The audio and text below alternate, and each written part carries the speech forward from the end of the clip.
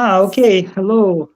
Here's our now sort of regular Friday stream from 5,000 Cities with Delfina Morales and Andy Kozlov. And today we're briefly going to talk about Delfina's recent blog post about startups, specifically environmental and sustainability startups in Spain. Most of them, from what I can remember, were founded pretty recently, 2020 or 2021, but they already have some kind of traction and something interesting that Delfina can tell us more about. So my first question to you, Delfina, is why did you pick the startups that you chose out of many that you researched? Yes, I mainly focused on startups that they have projects about ecological and sustainable issues. I thought that the startups environment is like really big, and it's interesting maybe just to focus on an area that it's like growing a lot nowadays. And when I started like doing my research about startups in Spain, I found out that ecological and environmental area is like the our area that it's growing more with the one of blockchains and about digital stuff. So it is very interesting maybe just to see the comparison between other areas of startups, and just watching that even more and more companies and people are trying to work out with this area of ecological projects. Okay, good. And what are the cities that you picked your startups from? Yes, I can share my screen so you can just maybe watch, and we are going to leave the link of the blog post we did about the startups in Spain. So I'm going to share my screen.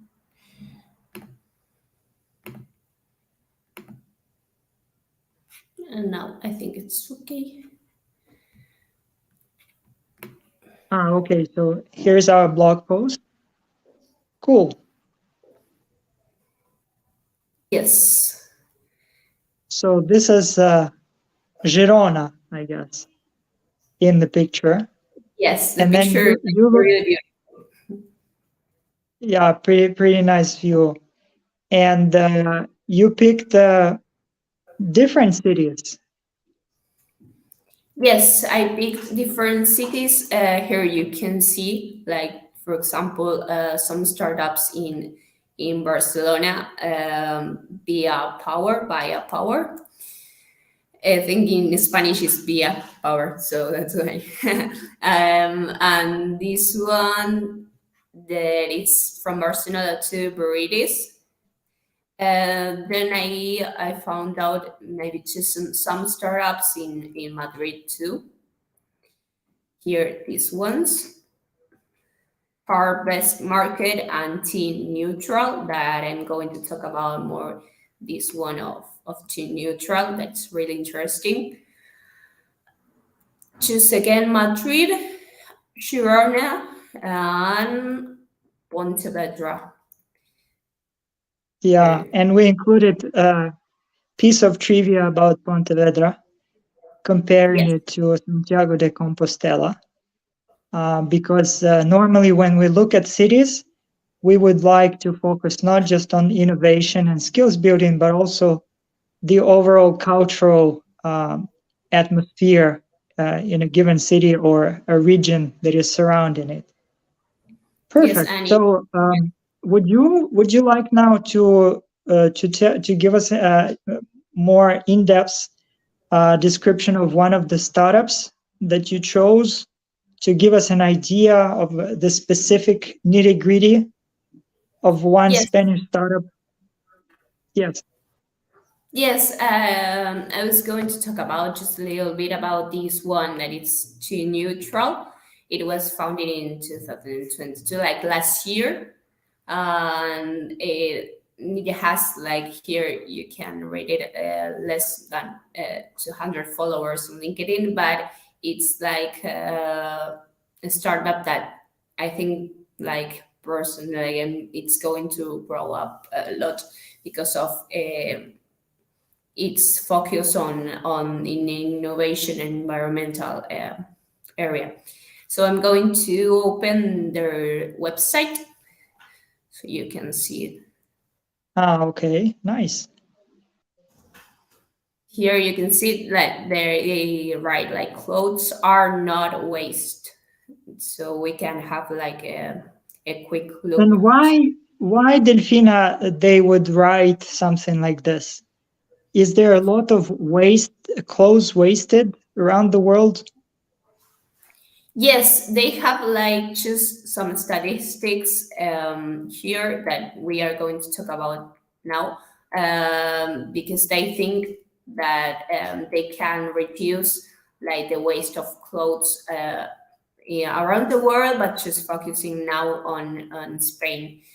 So you can see that it's an independent global organization and they try to work to eliminate textile waste, and here are like the statistics that they have cons- just to know better about some numbers of wasting clothes. So So it's you like what they say here, 92 million tons uh, of textile waste each year. It's probably a global figure, 92 million tons. Yeah, sounds overwhelming, definitely. Well, I'm most certain, you know, they are handling maybe just several tons. I don't know. It would be good to find out. Maybe some of the viewers would know better. They could comment under this video. But still, this definitely seems like a big problem. And just curious, Delfina, what is the situation in Argentina, maybe or in Latin America, with clothes being wasted? Is this a big problem? I don't know. I don't have like just statistics or numbers, but I can talk about just like a quick idea. Just talking about what I know is that even they are like openings new. They people is opening new shops about reused clothes because it's like just something economic too because we are like here in Latin America we have maybe just more economic problems about, but it's still like an eco-friendly idea of young people that are opening shops uh, selling like reused clothes. So I think it's like kind of this idea of teen neutral too, like a similar idea of it. I think that they people try to reuse clothes and to maybe when they don't use any clothes anymore, they just go to these kind of shops or places and they get some money and the shop then they sell their clothes. Ah, okay. And how developed is that segment where people would sell used clothes over the internet? Is this a habit as well in Argentina? No, they don't have just websites or maybe just some of them in Capital Federal that it's like the main focus area. But they are like local shops. They don't have websites. They are like just maybe two people that open a shop that they sell reused like clothes, but they usually don't have a website. Okay, and do you think if they had a website or an Instagram page, their business would be even more vibrant? Do you think? I don't know because you have like many places like these ones, and maybe they, I don't know if they get, some of them they have like, for example, an Instagram like account, but they don't have a website, and they get really a lot of followers on Instagram, but I don't think, I don't know, maybe it will be useful for them just to have a website, but they use like most of them an Instagram account, just people from my age or maybe older too. Yeah, so people, when people go to their Instagram accounts, can they actually place an order through Instagram?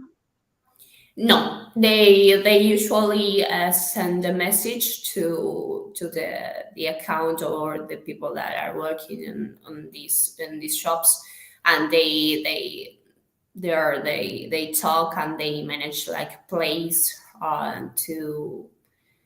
to get the clothes. Maybe just they have like pickup points. For example, Okay, in shoppings here in Pilar, and then they arrange like an hour and a place, and then they sell the product. okay, very interesting.